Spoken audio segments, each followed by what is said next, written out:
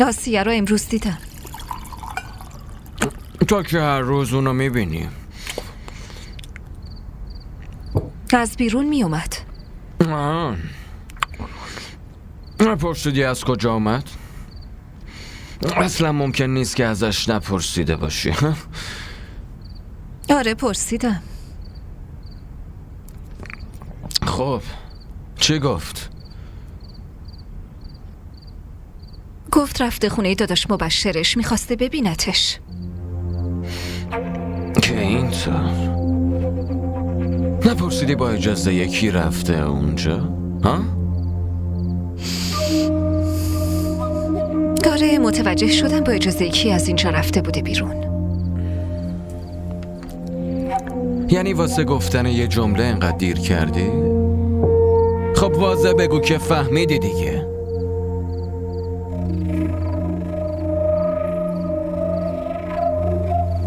اصلا من به کنار. اگه بیبی میفهمید پس چی میشد؟ من از کسی نمیترسم. بذار بفهمه. هر کاری میکنم واسه خوبی کردن به این خونه و اهالیشه. فهمیدی؟ پس به منم بفهمونین.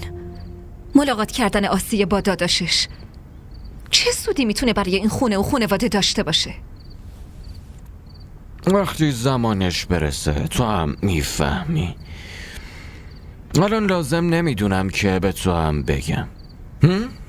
ولی کافیه. گفتم دیگه.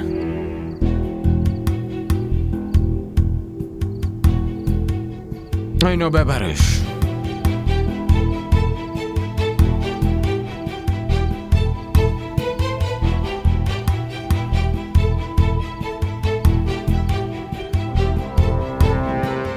خدای من، خب به زور از خونشون بیرون کنم به محل رأی ببر.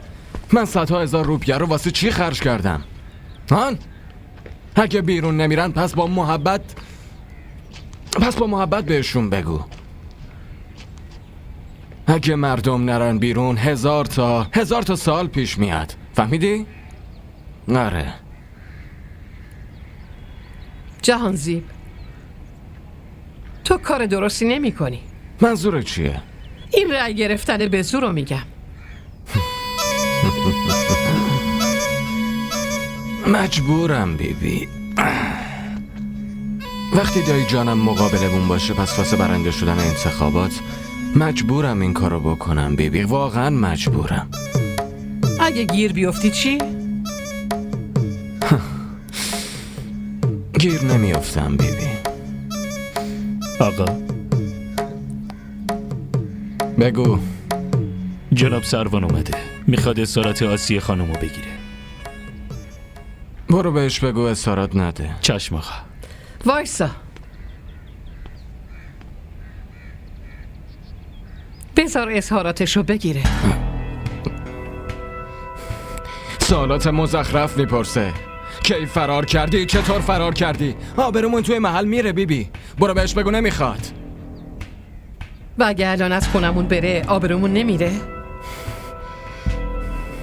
بیبی من کنارش میشینم، نمیذارم اونطور سوالاتو بپرسه.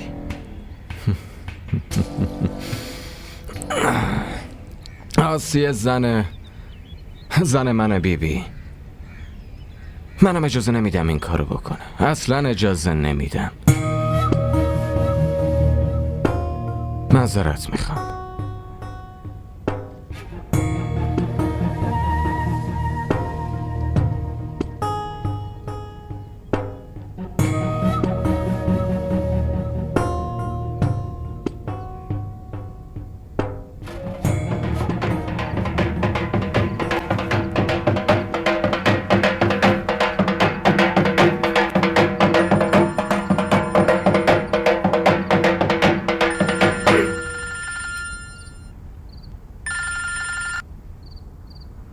آقا ملک، تبریک میگم.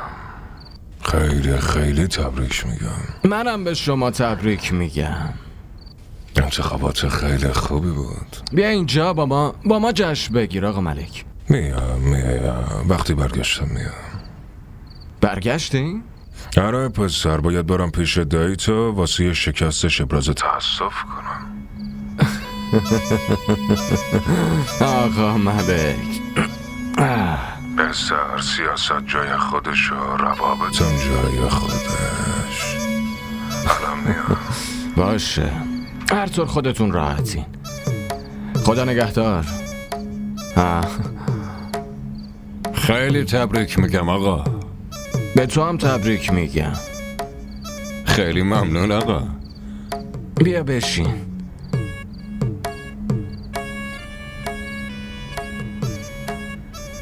چی شده؟ تو خوشحال نیستی؟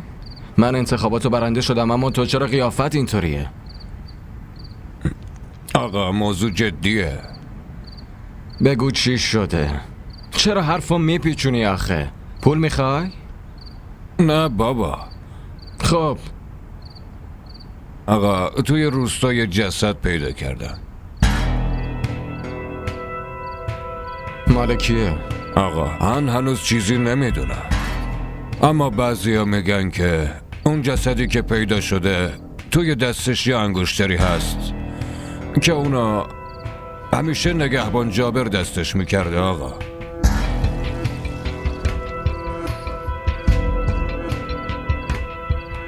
شما الان چی دستور میدین؟ بشین.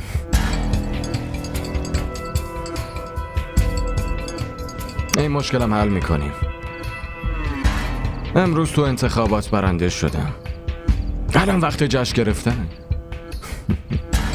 کریم، شنیدم توی راچنپور رقص تو خیلی مشهوره، به ما هم نشون بده. بیا اینجا برقص برامون.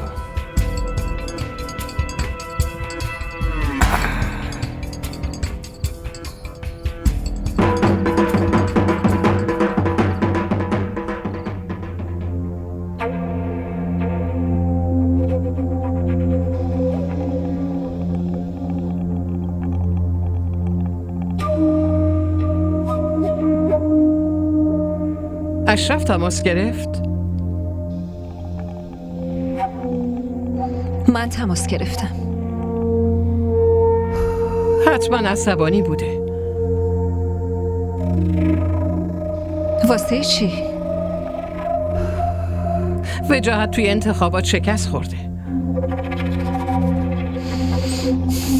بابام از شکست وجاهت ناراحت نیست.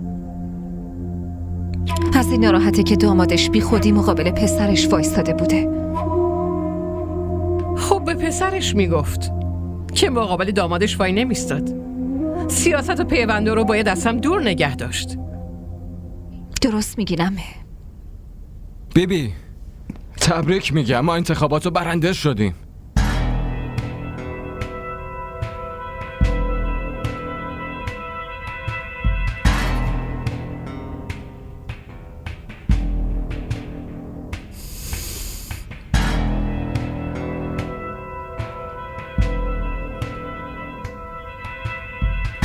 این چه شده؟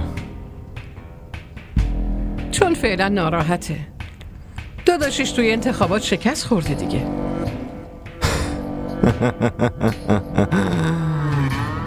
حق داره بیبی، بایدم ناراحت بشه، حق داره. بیبی راستی چرا شما اجازه ندادین که توی خونه بچه ها جشن بگیرن؟ پسرتون انتخاباتو برنده شده. شما خوشحال نیستین بیبی؟ آره، اما از وقتی که شاهزیب رفته فرق بین خوشحالی و غم از بین رفته. تو هر کاری که میکنی بیرون از خونه انجام بده، ولی توی خونه سر و صدا راه ننداز. به هیچ وجه.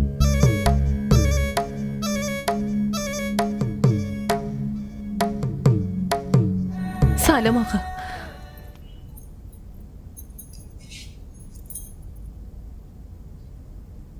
به به، از برنده شدن داداشت خوشگل کردی؟ یا از شکست خوردن شوهرت؟ من واسه این خوشگل میکنم آقا که شما خوشتون بیاد. آها. یعنی تو میخوای بگی میفهمی من از چی خوشم میاد از چی خوشم نمیاد داره؟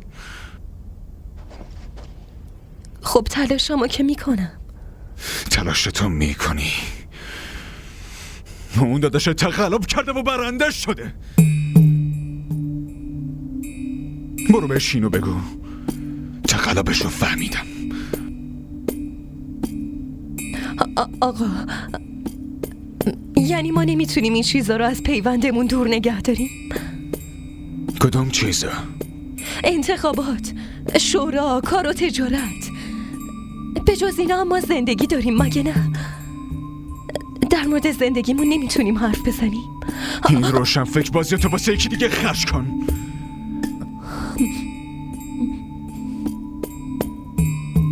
حتما تو فکر کردی که با ازدواج کردنت مقام اونو حفظ کردی؟ اما اینطور نیست. تو به خاطر تصمیم شورا با من عروسی کردی و دیگه بیشتر از این هیچ ارزشی برای من نداری. از الان به بعدم جا تو دلم نیست. زیر کفشای منه. ارزشت همینه. همش حرف میزنه. من به حساب اون میرسم.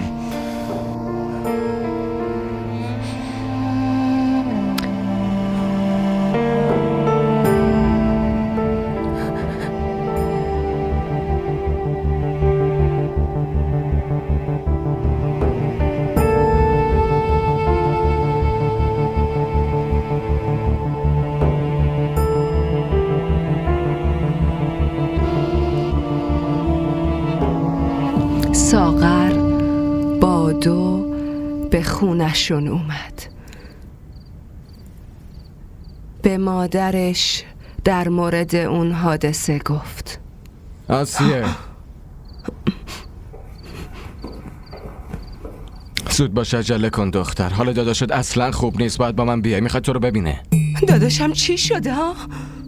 الان وقت سال پرسیدن نیست. زود باش را بیافت. زود باش. من از کجا بدونم که تو منو پیش داداش مبشرم میبری؟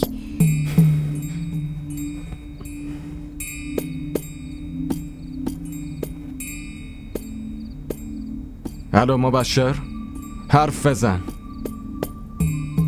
یالا. الو داداش مبشر. داداش من الان میام. همین الان میام. الان دارم میام. آره زود باش.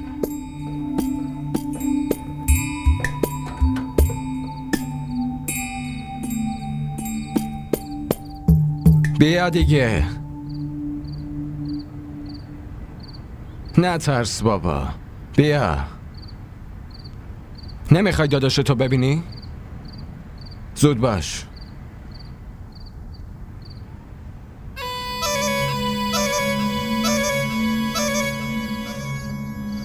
داداش مبشرم کجاست؟ بگو دیگه. داداش مبشرم کجاست؟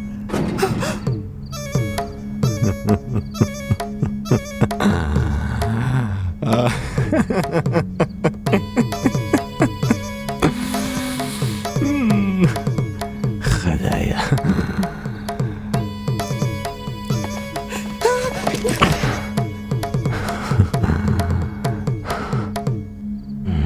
میدونی اینجا دیگه خونه جنت بیبی نیست که تو هر گوشه‌ای برای خودت یه وسیله پنهون کنی.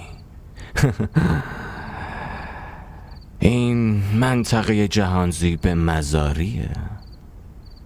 همه ی آدمای اینجا از من اطاعت میکنن. قبول کن. با محبت قبول کن. انقدر اذیت نکن. ها؟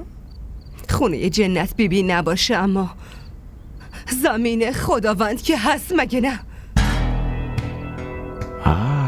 شاید وسیله ای نباشه که از خودم محافظت کنم، اما خداوند که هست. از اون چطور نجات پیدا میکنی؟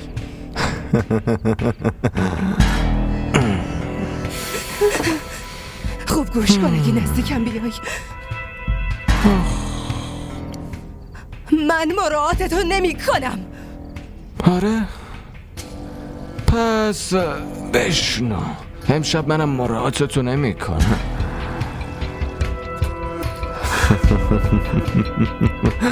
آی دیوونه، قبول کن، اذیتم نکن. ها؟ بیا جلو. آقا چیه؟ آقا اشرف خان اومدن، همراهش رسانه هام اومدن، میخوان شما رو ببینن.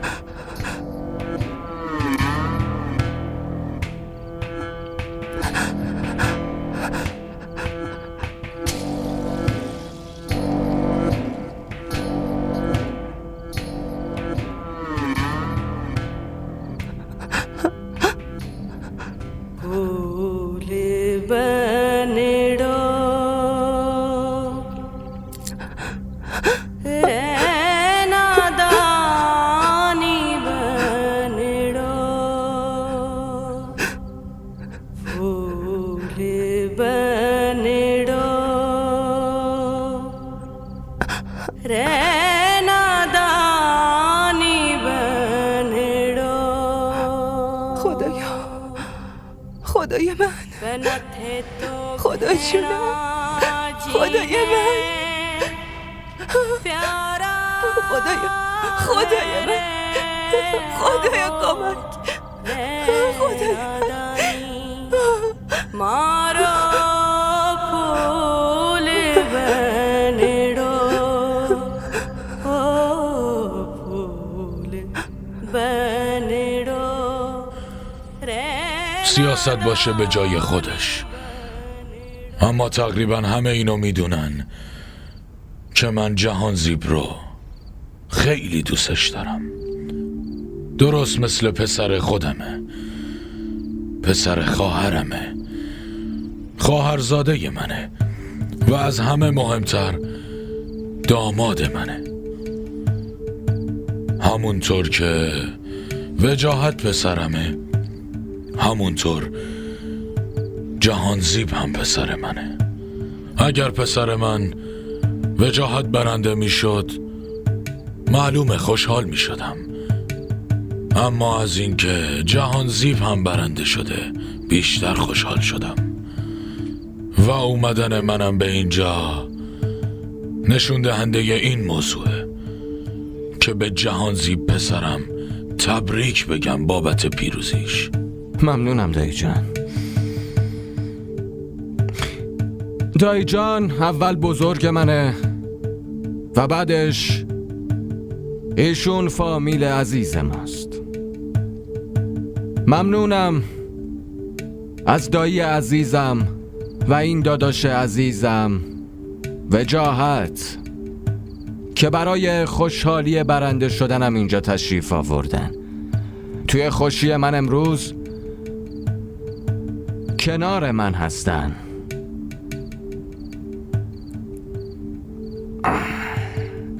واسه ی همه مهمونای عزیز امشب شام در نظر گرفتیم.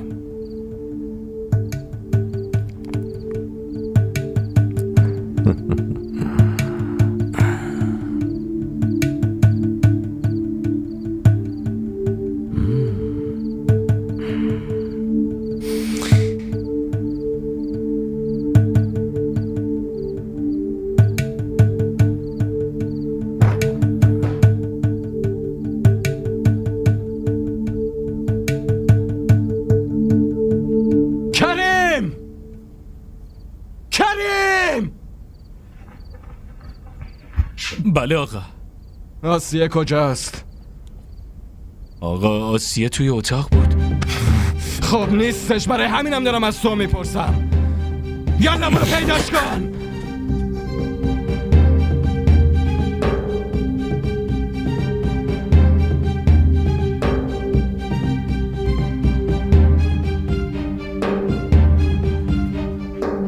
آقا آسیه از پنجره آشپزخونه فرار کرده.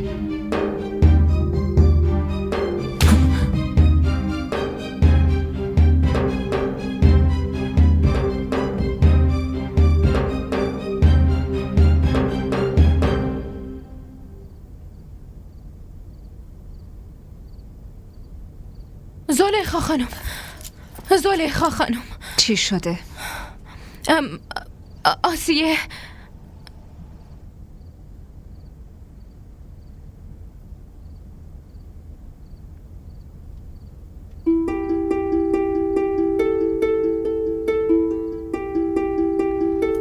چی شده خانم؟ شما تعجب نکردین؟ برای من این خبر بدیه که آقا آسیه رو گرفته و رفته و اونم فرار کرده.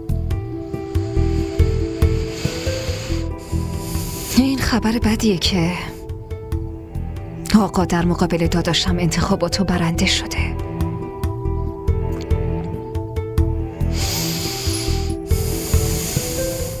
یعنی الان میتونه هر کاری بکنه.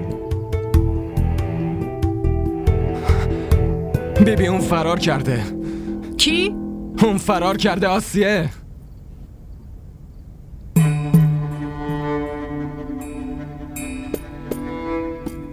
اگه به چیز دیگه نیاز داشتین حتما صدام بزنین.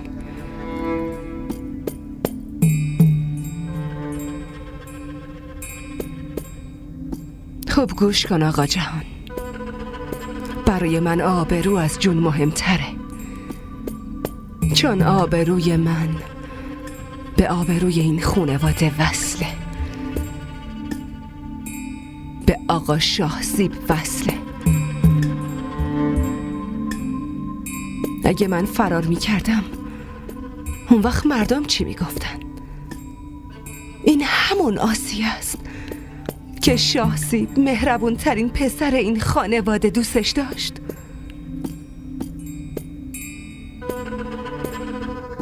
نه خیر آقا، من فرار نمی کنم، نه از این خونه و نه از آبروی خودم. نمیذارم هیچ انتقادی بشه.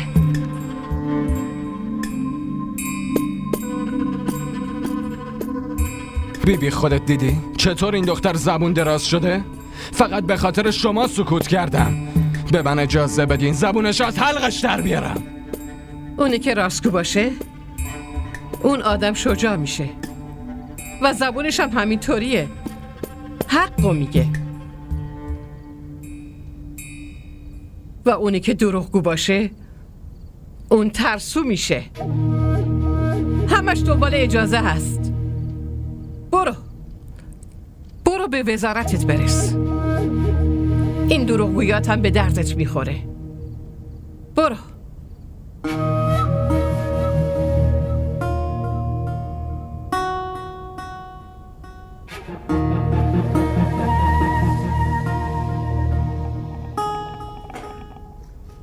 آقا این گزارش پزشکی قانونی جسدیه که پیداش کردیم.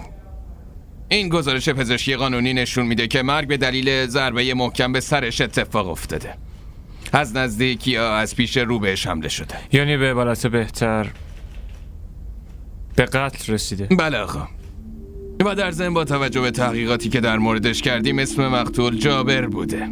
جابر؟ بله آقا. درسته. شما میتونی بری.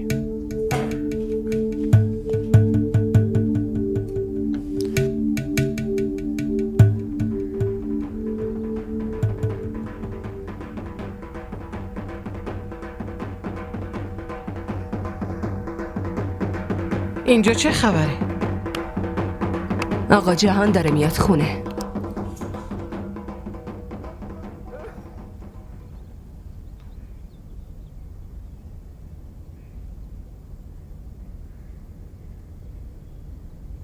روز خوشحالیته، واسه همین به این دو حال اجازه دادم، وگرنه توی این خونه خوشحالی کردن ممنوعه.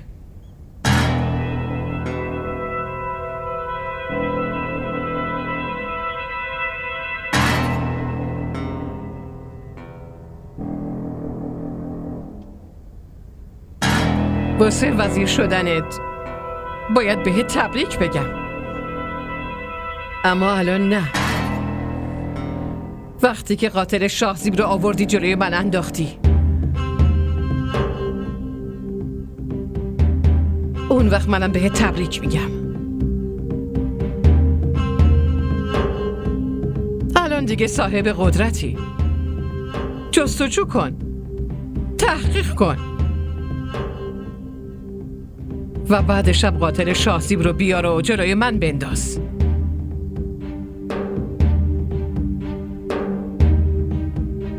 وگرنه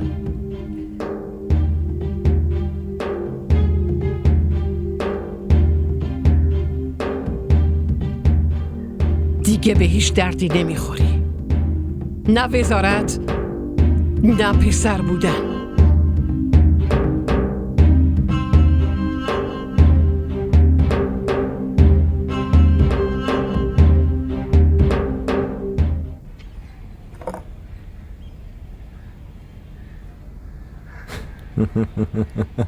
جناب سروان، یه چیزی بگو.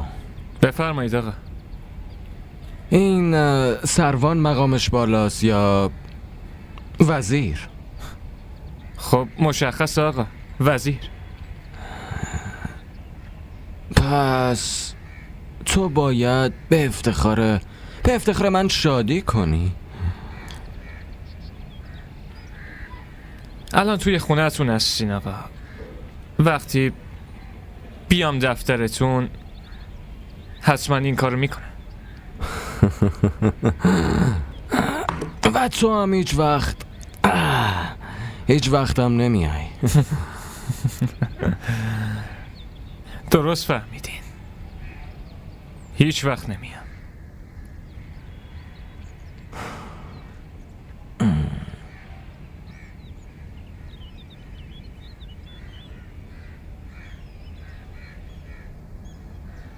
سلام علیکم آقا ملک.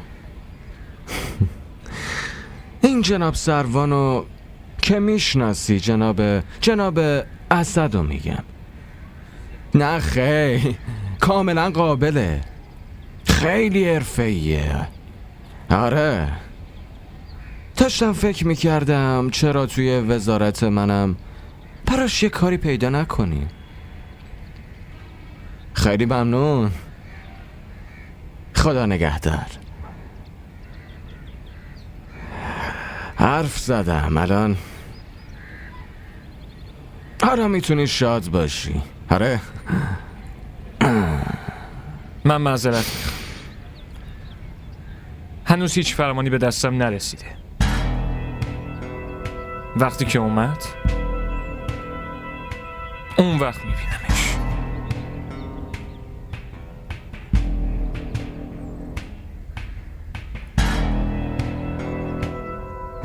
با اجازه.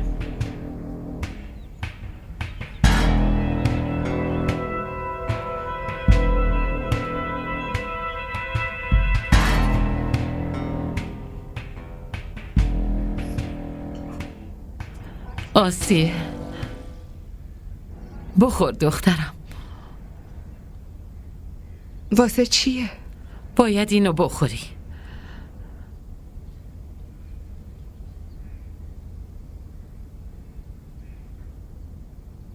خاله، اول بگو به چه مناسبتیه؟ به مناسبت وزیر شدن آقا جهانه.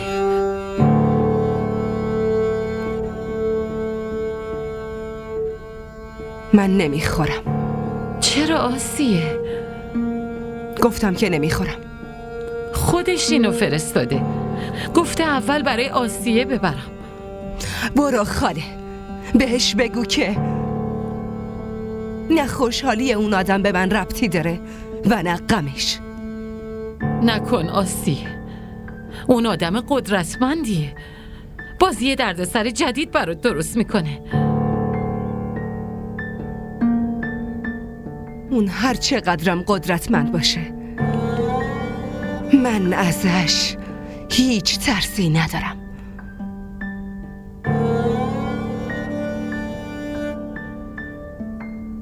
خدا اون بالا نشسته واسه کمک کردن به ما ضعیفا.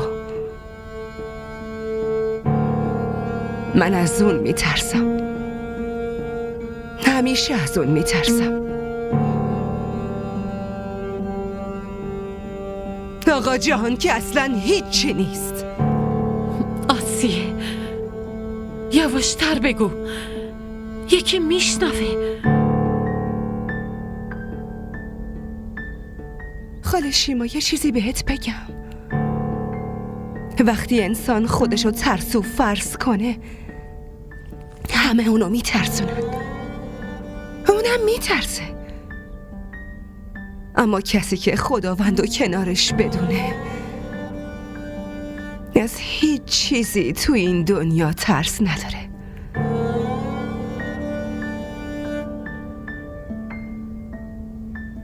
اون آدمایی که خودشونو قدرتمند فرض میکنن و به بقیه ظلم میکنن، اونا نمیدونن که خداوند هم میتونه قدرت بده و هم میتونه ازشون بگیره. حالا این شیرینی رو ببر.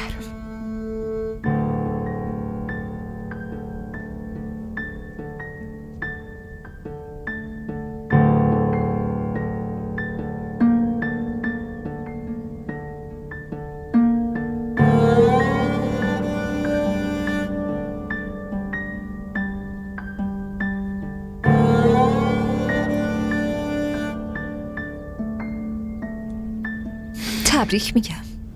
منم به تو تبریک میگم. تو دیگه الان زن وزیر شدی خوده. آره درسته. بخوا. چی میخوای؟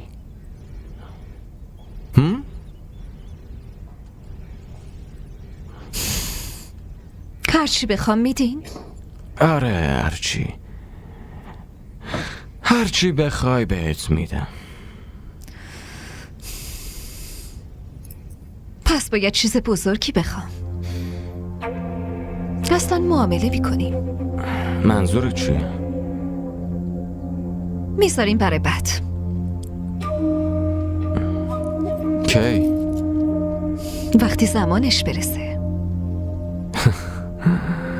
تو خیلی عاقلی. من فکر کردم که یه عالمه طلا میخوای و من باید تو رو غرق طلا بکنم خانم.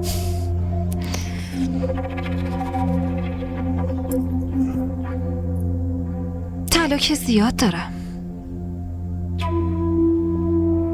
الان یه چیز بزرگ میخوام. نکنه قصد داری داراییامو بگیری؟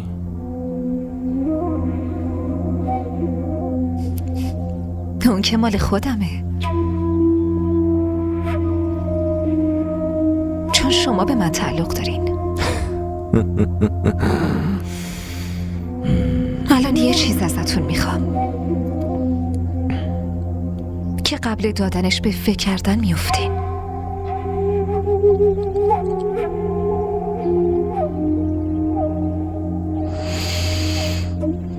از گوشیم خبری نشد. خبرش میاد. حالا به خاطر این باید کل وزارت رو موظف کنم. پس این کارو میکنم.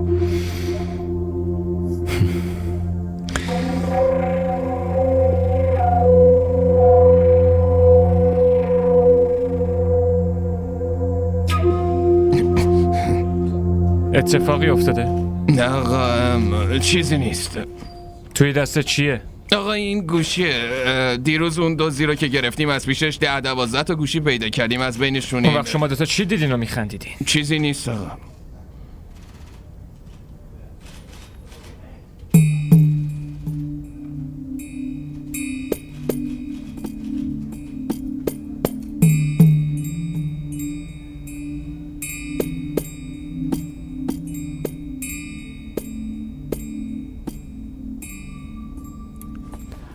سلام علیکم دایی.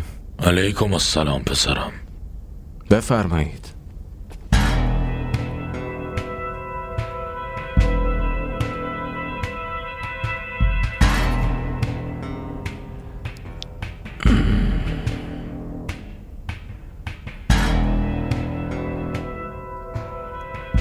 شورا رو برگزار میکنیم. یه لحظه. بدون حضور رئیس شورا یعنی جنت بیبی جلسه شروع نمیشه.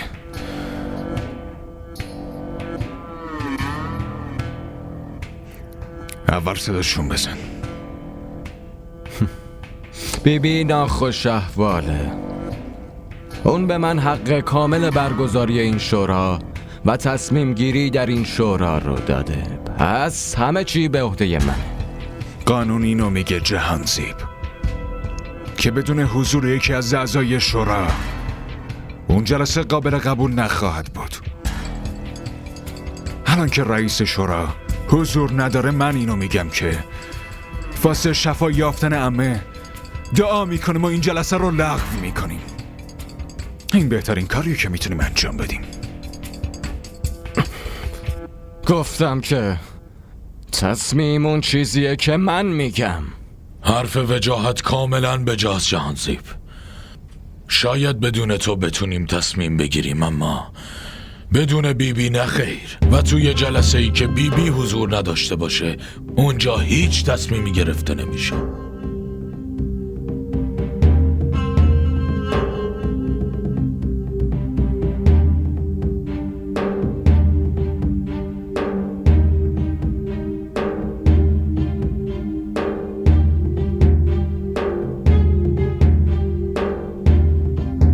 میخوام ببینم بدون من چطوری شورا برگزار میشه و به جز من کی میتونه تصمیم بگیره.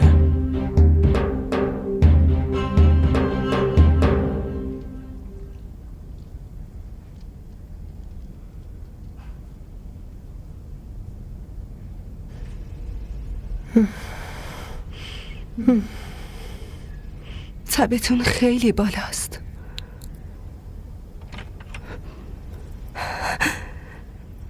ببینین کی اومده. کی اومده؟ سلام بیبی. علیک سلام. بیا بشین.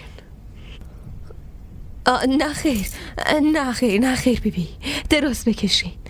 آسیه. بله بیبی جان. منو بلند کن اینجا بشینم. اما بیبی راحت دراز بکشین.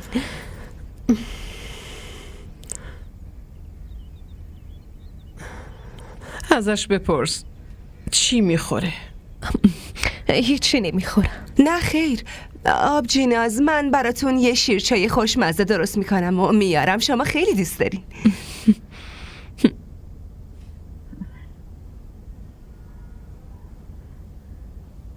از جشن عروسی اومدی؟ نه خیر بیبی، مستقیم از خونه اومدم. با این همه آرایش فکر کردم از جشن عروسی اومدی. بیبی من دیگه همیشه اینجوری میکردم. غم تو که پنهون نمی کنی.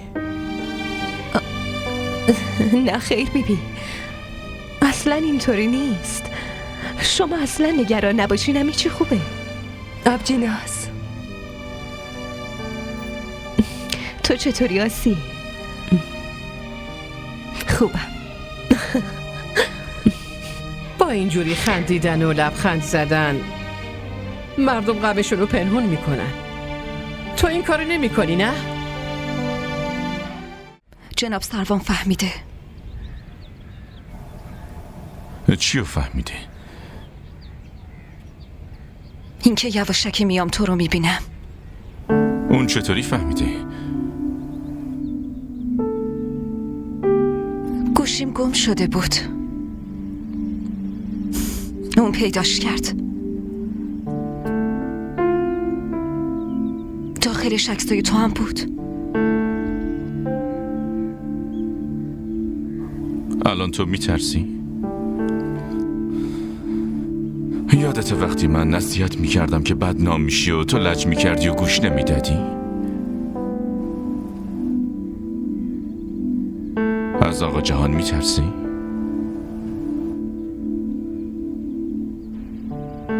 اگه بابام بفهمه دیگه نمیتونه سرشو بلند کنه.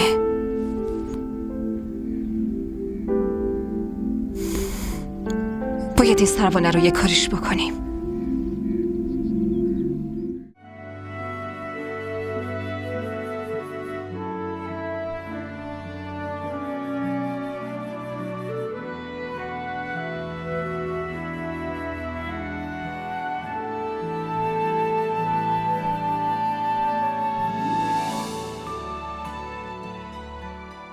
DDTV ارائه کننده بزرگترین سریال های درامای ترکی، کره‌ای، پاکستانی دوبله شده به فارسی می باشد.